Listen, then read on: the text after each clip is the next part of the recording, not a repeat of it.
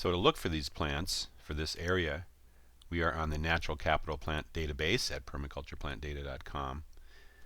We're going to start with putting in the site conditions so we can find the plants and then refine that list to the type of plants that we want to use for the functional services, the ecological services we're looking for in that area.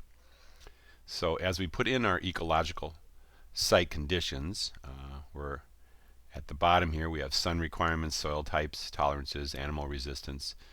We're going to really start with what type of plants we're looking for. And at this point, we're not going to be specific. But at some points, we're just looking for the trees, or we're just looking for the perennial plants. Perhaps we're looking to get some grasses in there. And you can be more specific in your search. But right now, we're just going to put in the site conditions and see how many plants we get for that area. We know that we have clay soils. We know that we have loamy soil in that area underneath the trees. Where it's been disturbed, where we have that pond dugout area, that's heavy clay. It also is wet, and we know that the soil is moderate in other spaces. So we want to get all those plants that can handle most of those areas.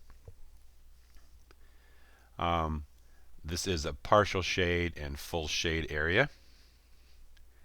And we have a pH probably, we're going to say at about 6 gets a nice range, just slightly acidic, working for us. And we are also in zone 4. Now this area is protected quite a bit. It's protected from the wind. It is slightly in a lower area on the landscape, so there might be some cold air going through, but because it's in the trees and there's a lot of thermal mass, it's very protected. It also has a direct access to the sun because there's an opening to the south. So we know that it gets some direct sunlight right in the middle of the day in there to warm it up. And that's good for a short amount of time. But it still is mostly shade for most of the day and just a few hours of sunlight. But there is a sun trap there and an area where it's going to collect water. So now that we have our zone 4, our pH of 6, we're going to look and see what plants will come up here. And we haven't really decided what kind of functions we're looking for. We just want to see what plants will come up. And we have 69 plants here. Nice list, workable list.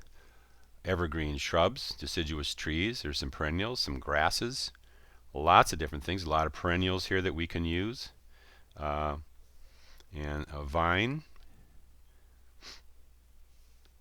and yeah, a nice selection of really a lot of perennials and some grasses that we can use in this area to really help cover the soil and build some ecological functions. Also look at all these polycultures and natural plant associate groups that are available too.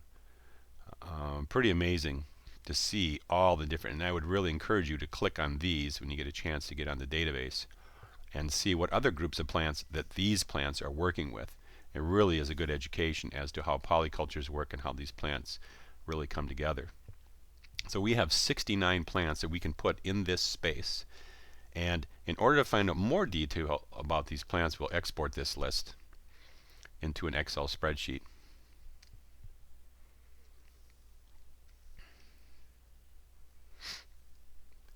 Just open it up here. We're going to reformat a little bit. Here we go. So all of our plants now are in this Excel spreadsheet. One of the first things I like to do is we're going to sort these.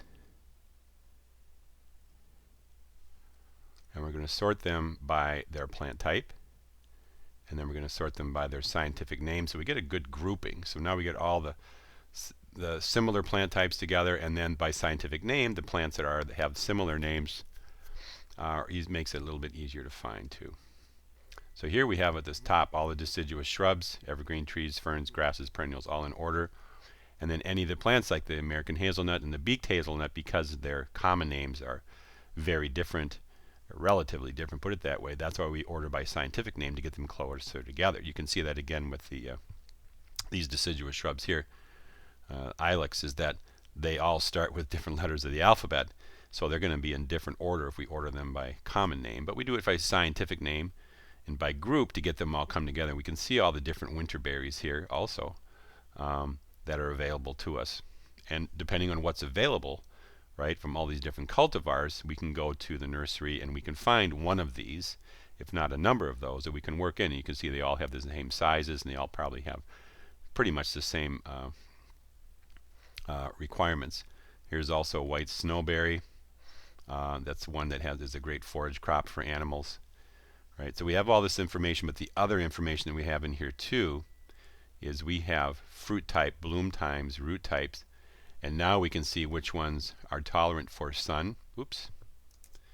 Which ones are tolerant for sun and full shade.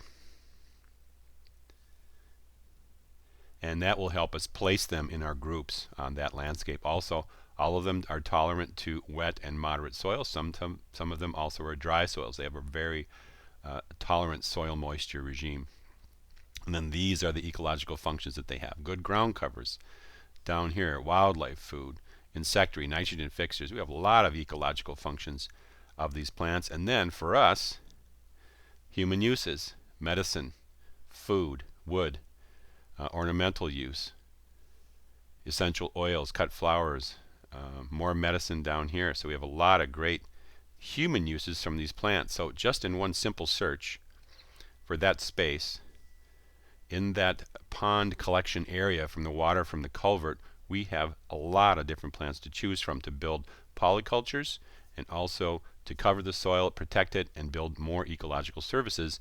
And hence, we get more natural capital in that area. It makes it very beneficial to the ecology, to wildlife, and also to ourselves.